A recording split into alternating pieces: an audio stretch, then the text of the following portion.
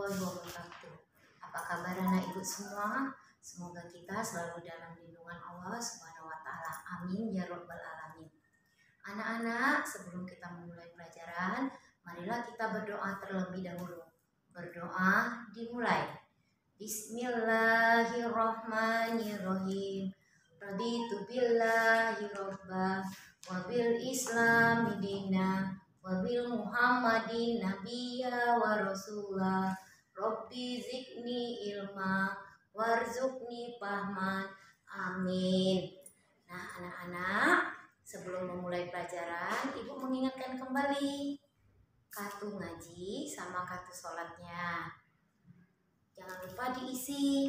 Kalau anak-anak ngajinya di musola, di TPA, minta dengan ustazahnya tanda tangan. Kalau di rumah sama orang tuanya. Untuk kartu sholatnya, itu jangan diberi tanda centang nak ya, tetapi isi waktu sholat. Jadi anak-anak bisa tahu perubahan waktunya, apakah anak ibu rajin atau semakin lambat melakukan sholatnya.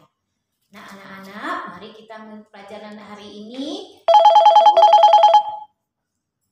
Tema 5B, usaha bersih bagi kesehatan. Subtema 2, pentingnya udara bersih bagi pernapasan.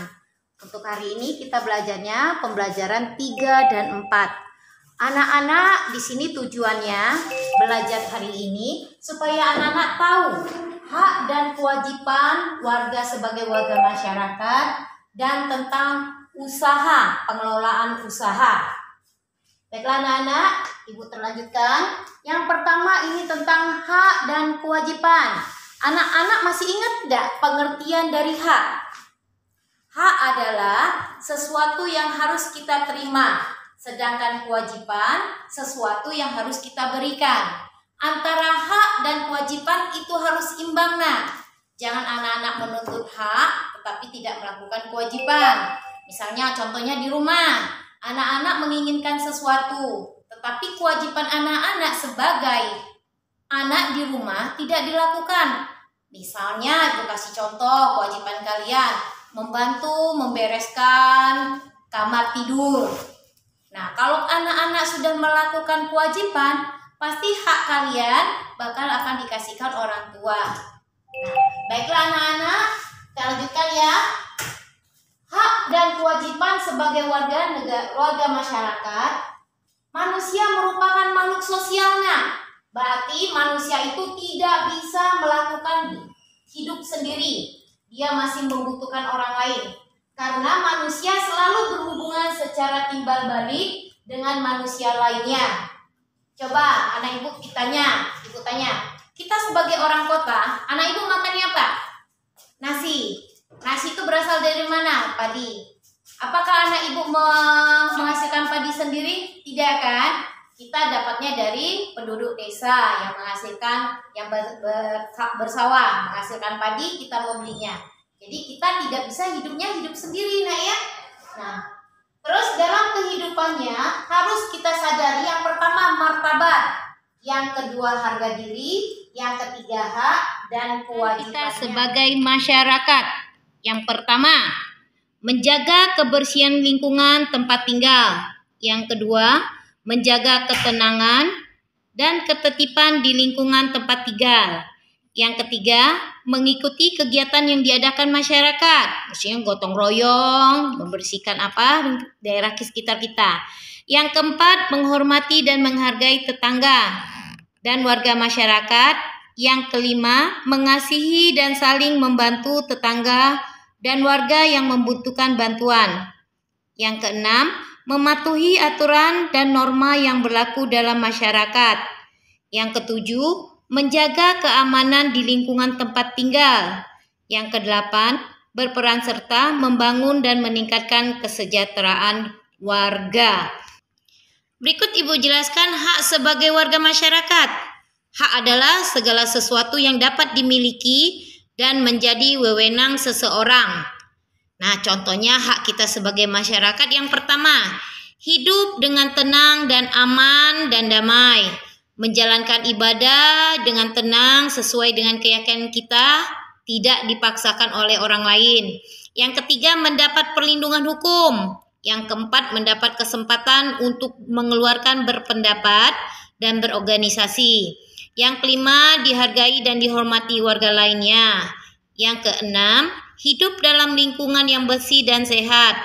Yang ketujuh, mendapat pekerjaan dan penghidupan yang layak. Yang kedelapan, menggunakan sarana dan prasarana dalam masyarakat. Berikut Ibu menjelaskan pengelolaan usaha. Nah, pengelolaan usaha ini ada dua. Yang pertama, usaha yang dilakukan sendiri. Ini umumnya menggunakan modal sendiri, tenaga sendiri, dan tanggung jawab sendiri. Contohnya ini warung. Yang kedua, usaha yang dikelola kelompok. Dilakukan secara bersama-sama, baik itu modal, pengelolaan, maupun bagi hasilnya dan tanggung jawabnya. Contohnya yang pertama firma. Ini adalah persekutuan untuk menjalankan usaha antara dua orang atau lebih. Yang kedua, persekutuan komanditer atau disingkat dengan CP. Ini didirikan oleh satu orang atau lebih juga. Yang ketiga, perseroan terbatas atau PT. Ini organisasi yang memiliki badan hukum resmi. Nah, dimiliki oleh dua orang dengan tanggung jawab yang sama. Yang keempat, koperasi. Ini badan usaha yang menganut azas kekeluargaan dengan tujuan menyejahterakan anggotanya. Yang kelima, badan usaha yang dimiliki oleh negara atau BUMN. Ini dimiliki oleh pemerintahan sebuah negara. Contohnya PLN, PT Kereta Api, dan PT Pertamina. Ini ya contoh-contoh usaha pengelolaannya. Nah, sikap dalam berusaha, kita harus berpikir positif, jujur dan bekerja sama, karena kita bekerjanya secara bersama-sama. Terus, sekarang Ibu lanjutkan dengan macam-macam kegiatan ekonomi. Kegiatan ekonomi ada 3. Pertama produksi, yang kedua distribusi, yang ketiga konsumsi. Produksi adalah kegiatan menghasilkan barang atau jasa. Sedangkan distribusi, kegiatan menyalurkan barang hasil produksi. Yang ketiga konsumsi, kegiatan menggunakan atau memakai barang hasil produksi. Nah anak-anak, demikianlah penjelasan Ibu hari ini. Apabila anak Ibu kurang mengerti, silakan japri ke wali kelasnya masing-masing untuk bertanya. Jangan malu-malu bertanya itu penting. Kalau kita tidak malu bertanya, kata-kata itu malu bertanya akan sesat di jalan. Demikianlah pembelajaran hari ini Ibu akhiri.